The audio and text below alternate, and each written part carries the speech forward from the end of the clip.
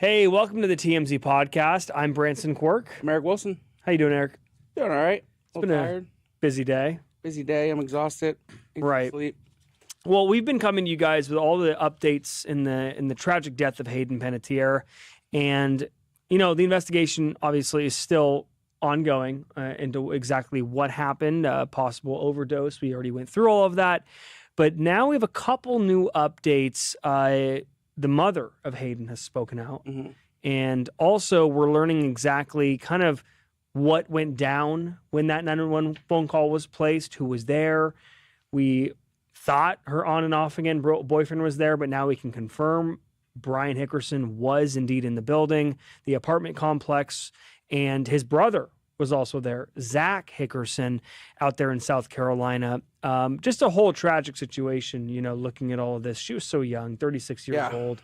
And did not see this coming whatsoever. Again, investigation is still ongoing, but I think we should start with the mother speaking out. Well, okay.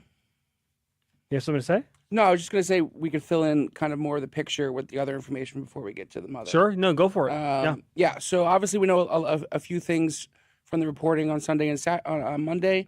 Narcan was found there on the scene. And then now we know that both Brian and Zach called 911. Zach arrived at the Airbnb, and then Brian was sleeping in another room, and then Hayden was in the living room on a chair. And that's when he discovered her, and then they called 911 together. First responders were dispatched to the Airbnb at approximately 1:50. They attempted life-saving measures on Hayden. We know they performed CPR. They were unable to revive her, and then she was pronounced dead at 2:32 p.m.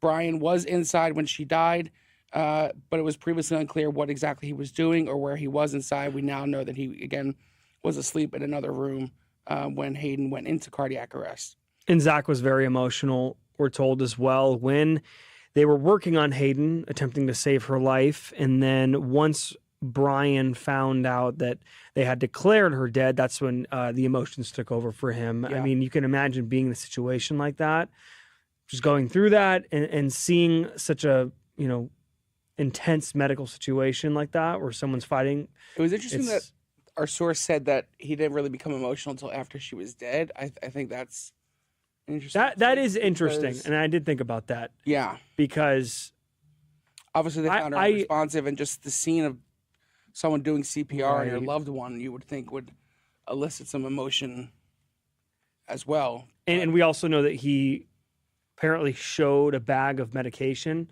to the first responders that Hayden had been taking. We know as well from sources that she was complaining of back pain for the last year or so. Yeah. Unclear whether or not, Narcan, which is used for opioid overdoses, which can be a variety of different medications.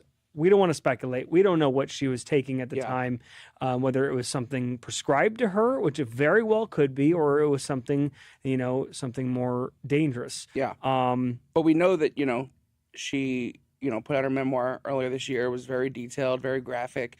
And she opened up about her struggles with addiction, her struggles with Brian, the domestic violence. Charlie Neff interviewed Brian during that as well. And you can check out that full interview on our website. And Brian was very candid about what he did to her. And I don't want to say he didn't show remorse, but it definitely wasn't like the most remorseful conversation you'd have after admitting being charged and still actively going through a relationship where you were the domestic abuser. I think we should play it again because this was a big topic of convo in the comments from yesterday's with Charlie. Charlie was in here yesterday, and a lot of people, and before you watch it, just look at the way he's speaking, because I want your opinion on how he's I remember, because you can see me in the back there. I remember when Charlie got done this interview, and she came over and she was like, that was a very strange interview. Like, he just was very strange. I can't tell, and I'm not trying to put words in this guy's mouth, but I can't tell if he's intoxicated, because by the way he's talking, that's what we were afterwards. We were quite also, like, literally cannot tell. Yeah, go for it. When Hayden first started dating in 2018, and it's been a very public relationship. Is there anything you want people to know about you and Hayden's relationship? Hayden Panettiere is the sweetest thing in the world. It's not about who you spend Saturday night with, it's who you spend all day Sunday with. And Hayden Panettiere is a Sunday girl. Do you think it's better for her to not be with you? I think that Hayden is one of the most talented people I've ever met in my life, and I would be an idiot not to walk away from her and let her flourish in her career. So, uh, we probably wouldn't be good together. I'd like to see what she's gonna do with the next like 30 years of her career. She's, she'll always hold a special place in my heart, and I hope the same for her. But yeah, we're just good buddies. Very strange interview. Very, very strange. I mean, his pupils are the size of dinner plates. Dinner plates. So yeah, I mean that that's could what be it a looks sign, like. Yeah.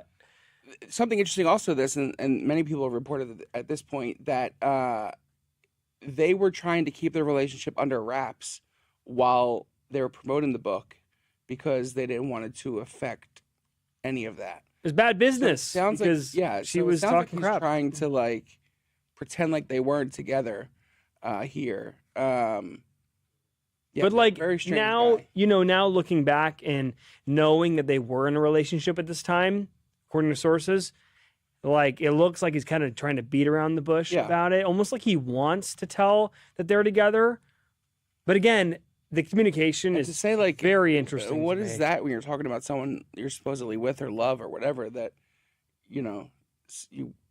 the person you wake up with on Sunday is the one you. What No, he said that it's not about the people you spend Saturday night with. It's the ones that you spend all day Sunday with. Yeah, and that's she's basically a saying Sunday it's kind of like girl. What he's basically saying. I That, know like, what he's she's saying. like a wife type. No, I know what he's saying. I know. It's saying what a ridiculous thing to say. It is. It really is ridiculous. When you're a grown ass man like that. Anyway, speaking of him being a terrible person, allegedly. Well, not allegedly. He's been charged, so terrible person. Hayden Panettiere's estranged mother, Leslie Vogel, is speaking out finally publicly about her daughter's death, and she spoke to NBC News. She gave them a statement.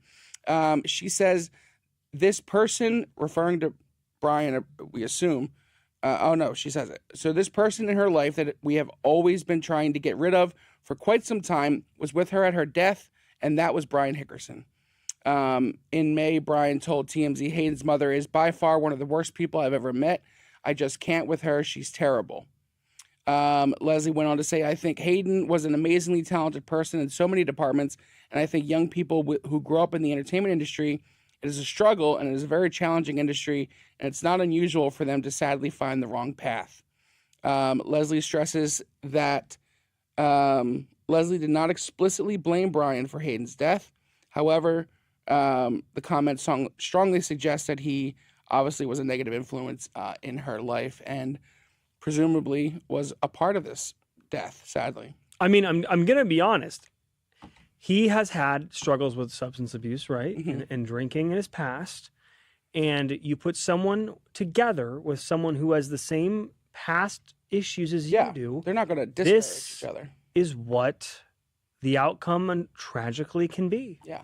We don't know whether or not it was a overdose for whatever reason, for what it was, but that's just typically the outcome when you place two people that are dealing with the same problem. The picture is getting more filled in.